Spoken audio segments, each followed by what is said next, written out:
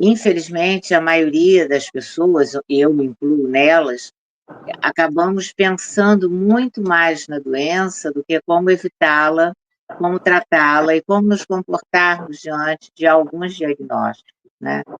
E quando eu penso em alimentação, a primeira coisa que eu penso é uma alimentação sem embalagem.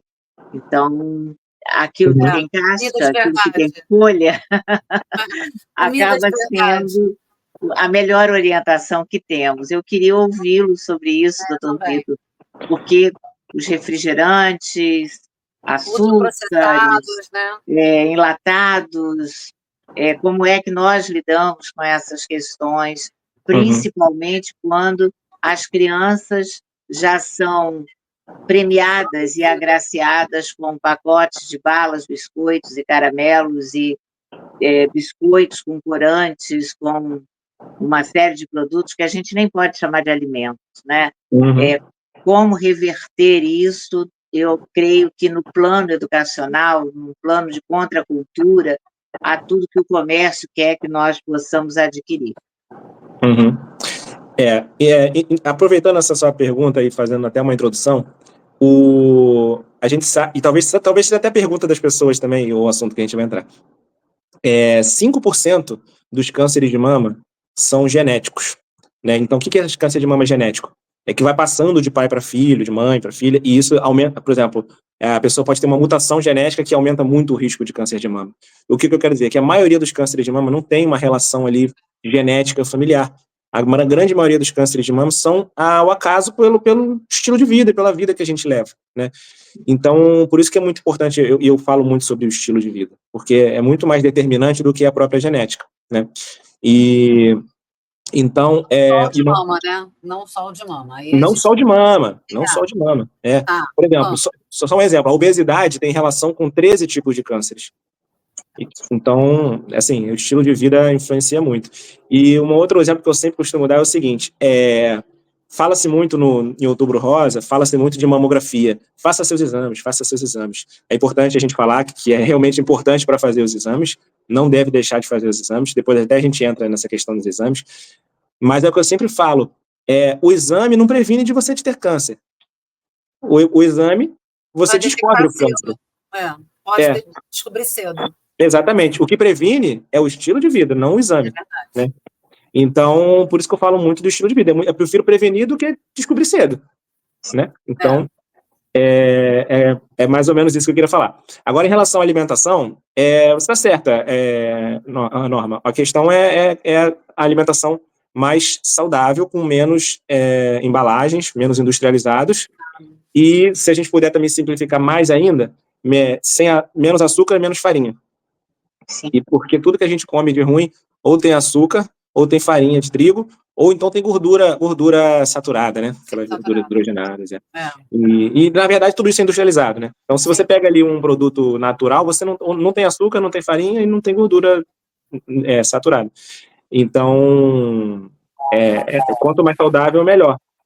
Só que parece ser difícil, né? Porque é questão de comportamento, né? A gente tem vícios, aprende desde criança, tudo. Então, são mudanças que precisam ser feitas aos poucos.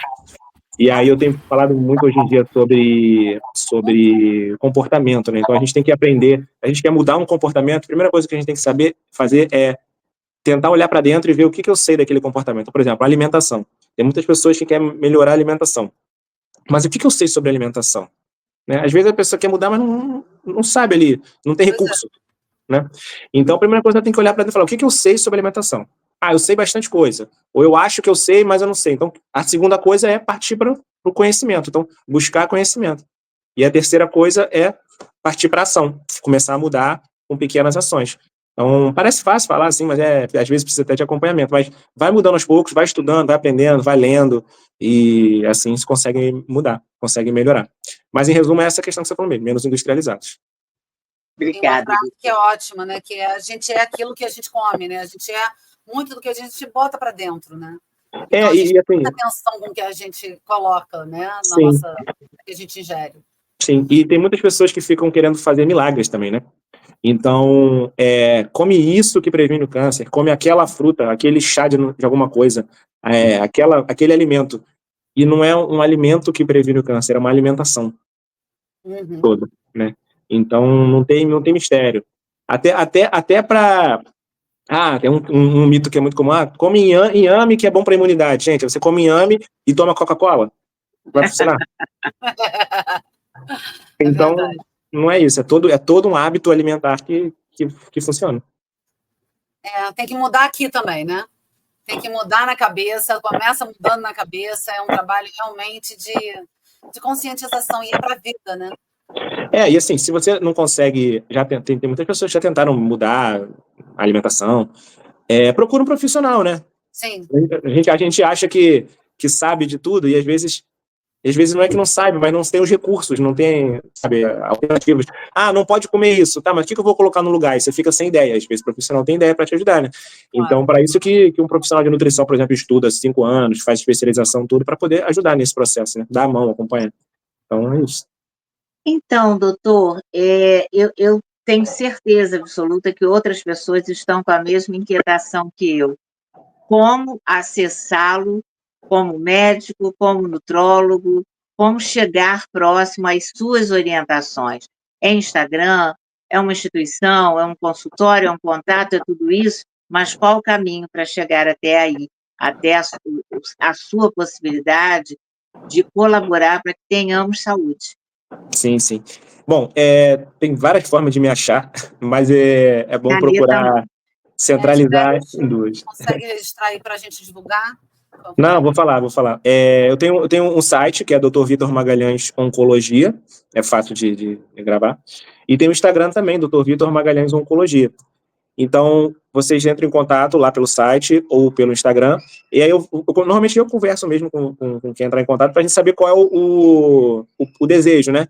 Porque para fazer eu faço o acompanhamento oncológico, se precisar de tratamento, de quimioterapia, isso tudo de uma forma, e o acompanhamento de estilo de vida a gente faz separado porque precisa de uma outra atenção ali, né? Então, a gente faz em separado, mas pode ser feito ao mesmo tempo, assim, eu digo, né? Mas são consultas diferentes, porque o foco da consulta, um é o tratamento do câncer e o outro foco da consulta é a saúde. Mas é só entrar em contato que conversa. Segue lá. Obrigada, doutor. Você atende onde? Eu atendo no Rio de Janeiro praticamente inteiro. Se eu for listar aqui, mas, vamos falar aqui, Campo Grande, Tijuca, Gávea, Barra, Nova Iguaçu e Caxias. Então, aí cobriu. Cobriu. A galera do Rio de Janeiro, ficou fácil. Pois é. Por aí, tudo isso. Rio de Janeiro privilegiado. Quem não é do Rio de Janeiro, que lute. E assim, tem online, eu tenho um horáriozinho que eu atendo online, que tem pessoas do Brasil também que às vezes querem fazer esse acompanhamento para saúde, né, para melhorar o estilo de vida também com câncer, aí eu atendo também, e às vezes consultas assim de segunda opinião, oncológica, tudo também só atender. Só entrar em contato. E sem ser problema oncológico, você disse que também é nutrólogo. Só que eu foco mais na nutrição. Uma nutrição voltada para oncológica. Na verdade, a gente fala, eu fiz nutrição, né? Eu fiz nutrição, tudo, nutrologia, na verdade, nutrologia. É diferente. Só que eu faço mais do que isso, né? As pessoas às vezes focam na questão da nutrição, só que às vezes o problema da pessoa não é a alimentação, às vezes o problema da pessoa é o estresse, é o sono, e aí a gente foca mais nisso e vai melhorando tudo ao longo do processo de acompanhamento. Mas o seu público é o paciente, mas é o paciente que foi diagnosticado com algum tipo de câncer, é isso?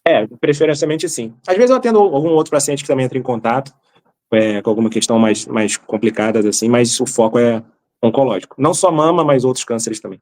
Sim. Obrigada, doutor. Entre no nosso YouTube, Papo Transparente. Você também pode nos assistir pelo Spotify e no LinkedIn. Não perca! Falamos sobre o que está acontecendo de atual e das possibilidades de emprego, de trabalho, de empreendedorismo, de startup, de estágio, tudo voltado para você.